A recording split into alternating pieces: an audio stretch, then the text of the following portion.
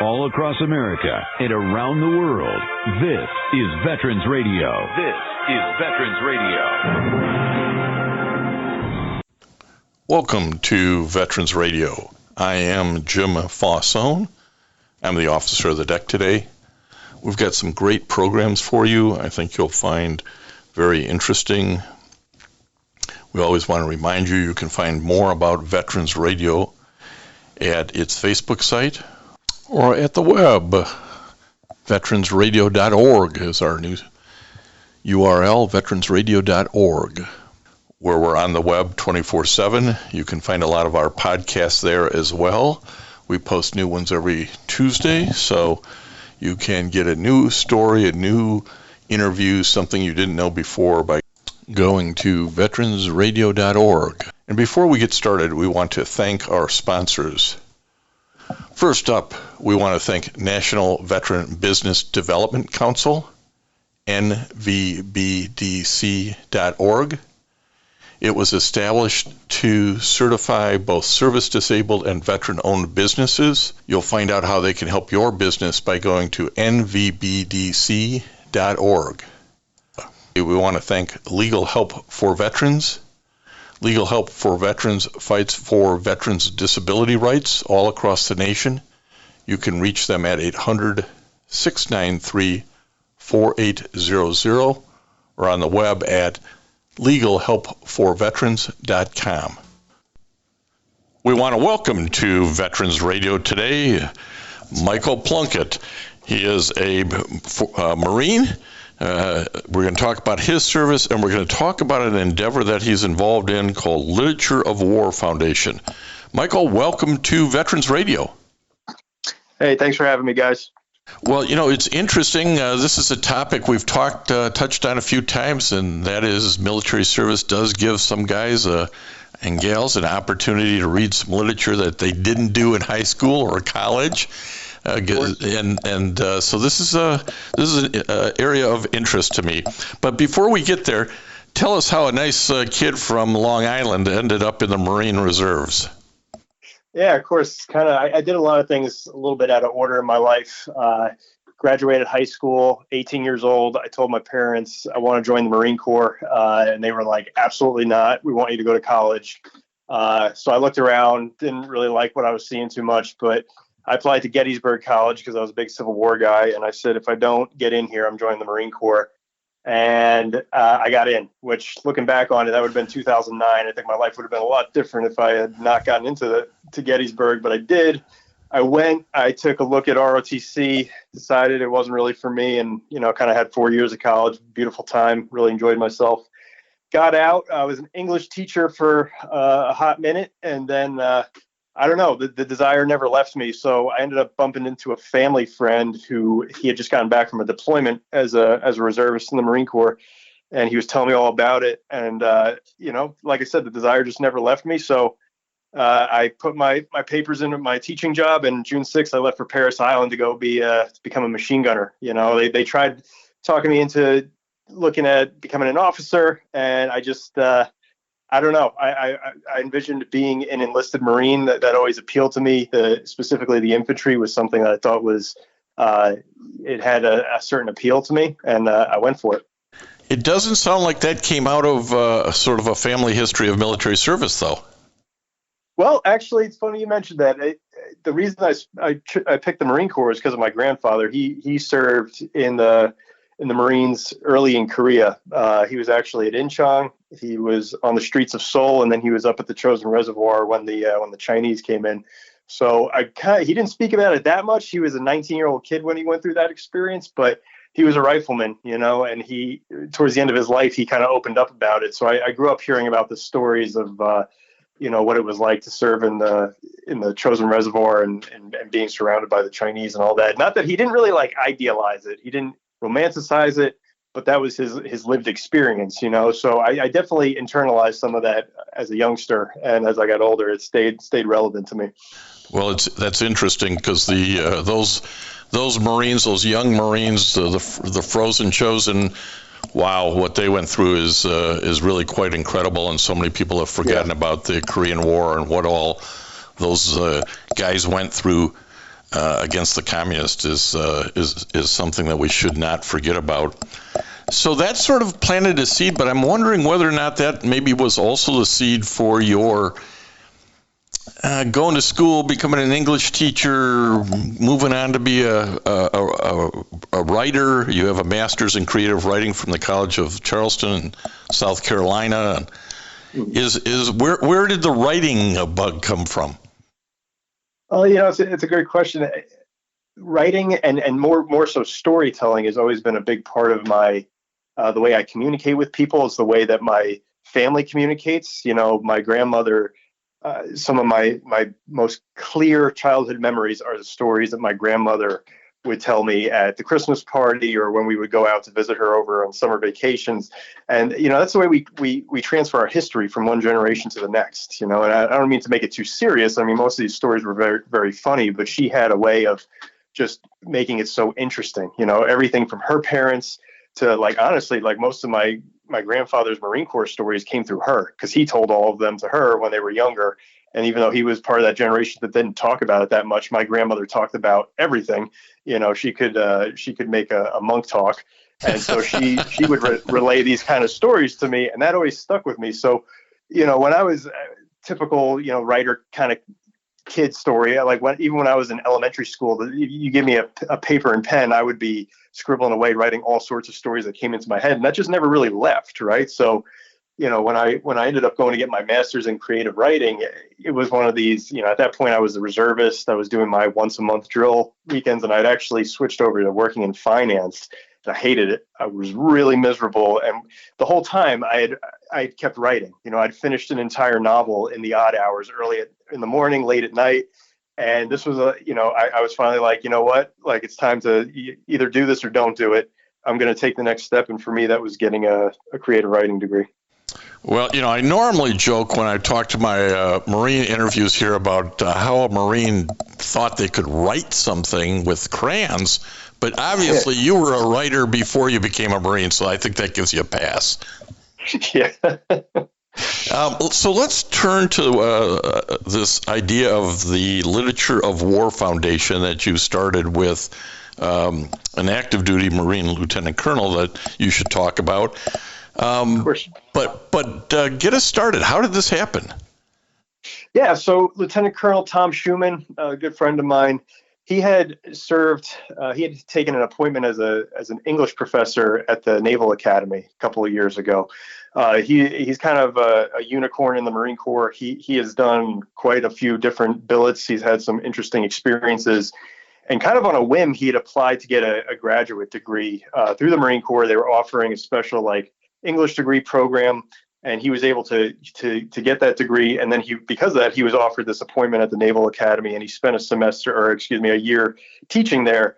And those experiences had a profound impact on him. He was working with these young cadets, and they were, talking about literature, specifically war literature. And he started this Instagram account called Literature of War, or Lit of War for short. And he was just posting quotes. It's a little red square with quotes from some texts that had an impact on him, and it took off, right? And that's where he pulled me in, and he said, he's still an active duty Marine, so he had active duty Marine things to do, and he's like, I can't be hanging out on Instagram all day, so why don't you take this over?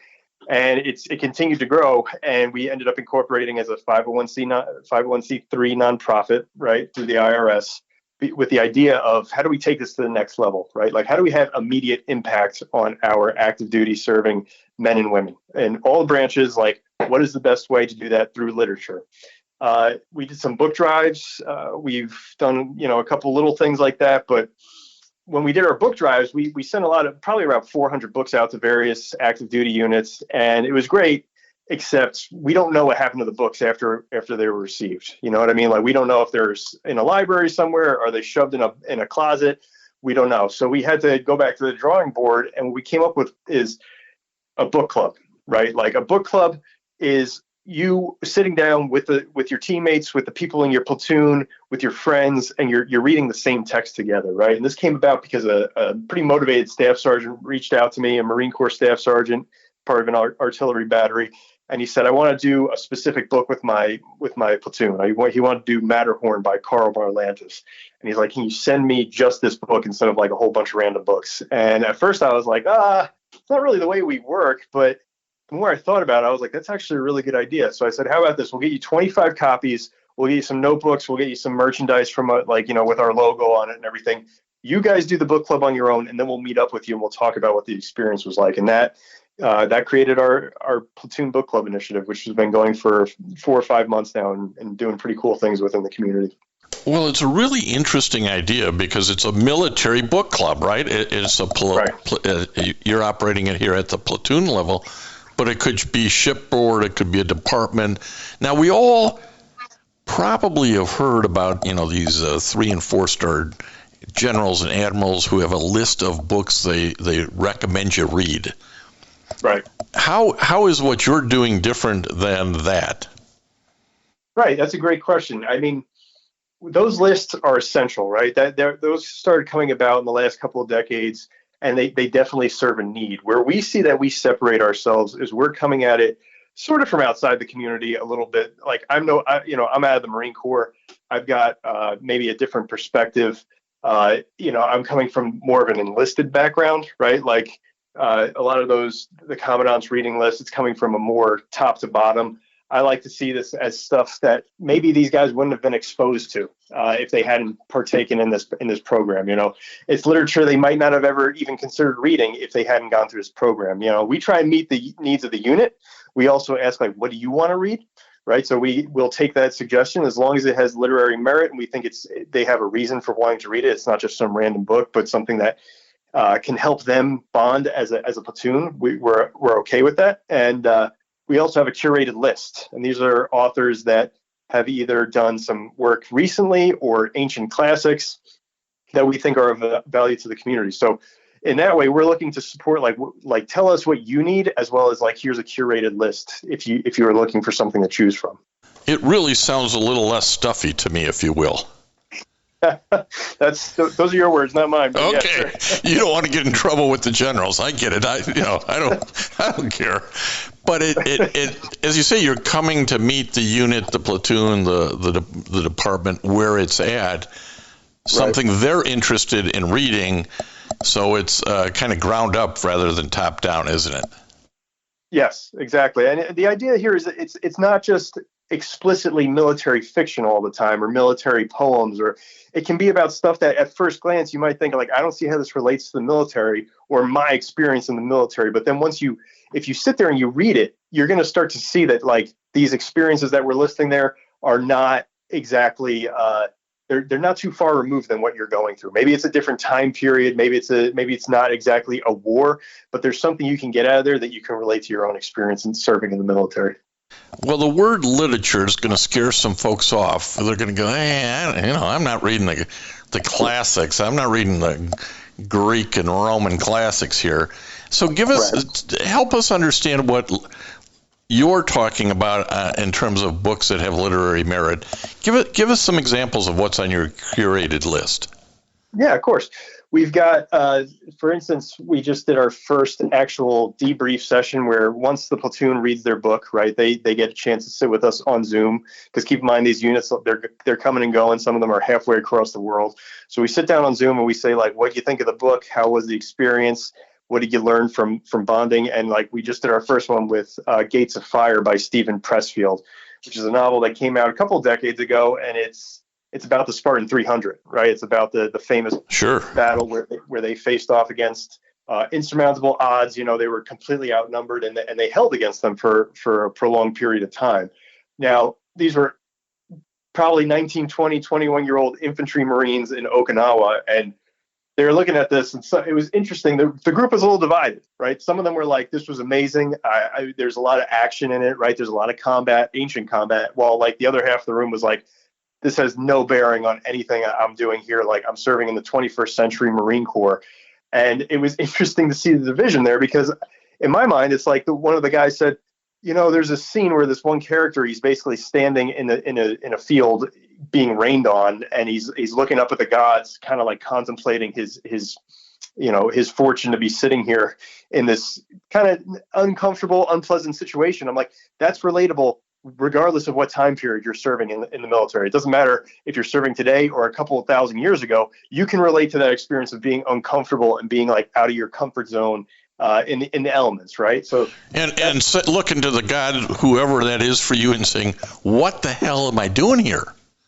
Exactly. And that I think that's a perfect example of how it's like, okay, so that's an example of empathy, right? Like when you can suddenly bridge that connection between your situation, and yes, it's a fictional character, but it's based on a real occurrence, right? The Spartan 300 were a real historical event. Stephen Pressfield just turns it into historical fiction, right? He adds drama.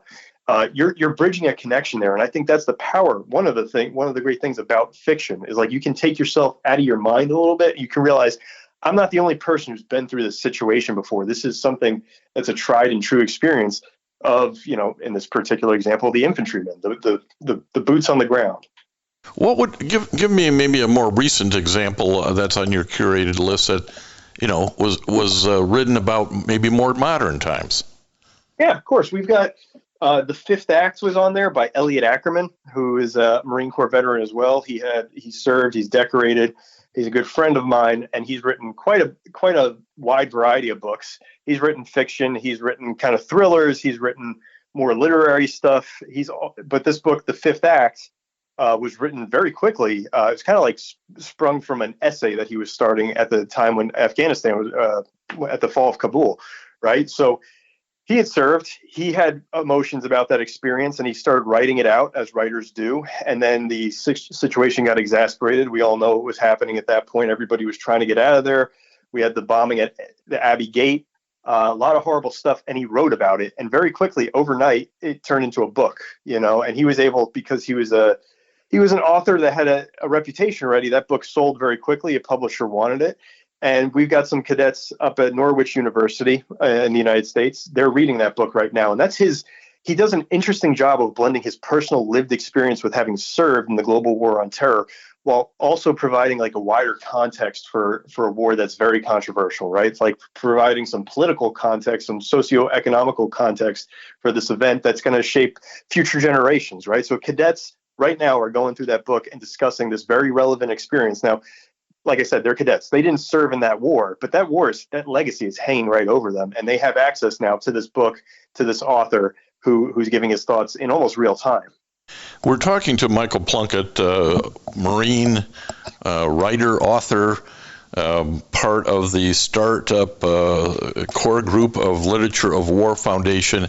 And it sounds, Michael, that you're not just looking for the unit, the platoon, the group of cadets to kill a few hours reading, but you're trying to promote and stimulate conversation and maybe a deeper thinking by them on some topics. How do you get that going? Because you're not in the room as you would be as a teacher, asking those questions on a daily or weekly basis. Yeah, no, that's the challenge, right? Like I said, when we were doing these book drives, it's one thing to pass books off, right? And a couple of units that we did the book drives with were kind of like, listen, we've done this with other foundations before, but we literally got, boxes of used cookbooks and romance novels that nobody wanted to read. That's not good programming, right? So in addition to providing good curated list of books, right, where we're working with the unit to see what they actually need to read, we provide external support as well. So that comes in the form of discussion questions, first and foremost. So you're trying to figure out, how do I even talk to these guys about this? How do we even get the ball rolling? Well, we'll give you 10, 20 discussion questions to kind of use as you're going through the book to stimulate conversation. Like I said, I taught high school briefly after I first graduated from undergrad. I realized that people don't all learn the same way. Not everybody's going to sit down and read a book cover to cover and be able to talk eloquently about it or get something out of it. They need other stimuli to kind of push them a little bit in one direction or another. So we'll source some podcast episodes, some interviews. Maybe there's a film version of the book, and maybe that helps you if you can read and then watch the film. Maybe that kind of informs some of your perspective as well. So we provide those support materials, as well as once they're finished and we do that debrief session on Zoom where we sit down, we talk to them. I'm trying to encourage guys to write about their experience. And this way we've got a couple of connections to some publications that are, geared towards the military community. And we want to try and get a couple of people to publish whatever their experience was, whether that's more of like a book report about the book itself, or maybe even just the experience of having sat down and discussed these books with their fellow soldiers, sailors, Marines, what have you. So that's some of the ways we're doing it. It's an interesting, as I say, military book club, if you will. Do you see this springing up from an NCO who says, I need something like this to help pull the guys, have them all on a common ground, or is it an officer down kind of thing? Where does that first, hey, can we do this? Can you do this for us come from? It's been kind of scattered, honestly. We have 50 units that are working through it right now. We have successfully funded about 20 of them, and we've got another 30 waiting for funding. But we've got, when I look at the list of who's requested it, it's everything from your NCOs to your officers. It's mostly the younger guys, though. We have our younger NCOs who have just taken on that billet, who have just taken on that responsibility, to the young lieutenants who are just coming out of academies. They're coming out of training, and they're looking to, make a good impression on the unit and figure out ways to motivate the troops. So it's been an interesting kind of spread between rank, but definitely more on the younger side. Well, certainly it's like they're more likely to say, let's try something different. Right. We don't have to do what we've always done. Let's do something different. So this is a great segue to, you got 20 funded, you got 30 waiting. Let's talk to the Veteran Radio listeners about how funding works, what's it cost, maybe how people can help out. Yeah, of course.